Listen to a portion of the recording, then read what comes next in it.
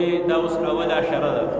حدیث کې راځي چې د دې اول اشاره د رحمت ده، دویمه مغفرت ده، او دریمه د اور نه خلاصي ده. دریمه اشاره دا د اور نه خلاصي دو اشاره ده. یعنی دې کې به دعاګانې کې چې یا الله ما د جهنم د عذاب نه وسات، د اور نه مې وسات. په اول اشاره کې د الله پاک رحمتونه د باران په شان راوړيږي. هر موقع کې د شپې د ورځې عمومي طور سره خصوصي طور سره نو په دې اول اشاره کې زموږ تاسو نه داسې عمل داسې غفلت کې زموږ غړې تیر نه شي چې د الله رحمتونه راوړيږي او موږ تاسو په ګناه کې یا عبثیاتو کې یا په غفلت کې موږ تاسو پراته.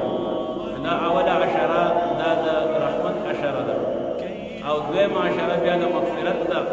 الله پاک نه خپل ګناهونو طلب کو بخنه غوښتل، استغفار وی استغفر الله ربي من كل ذنب واتوب اليه رب اغفر لي رب اغفر وارحم لا اله الا انت سبحانك اني كنت من الظالمين.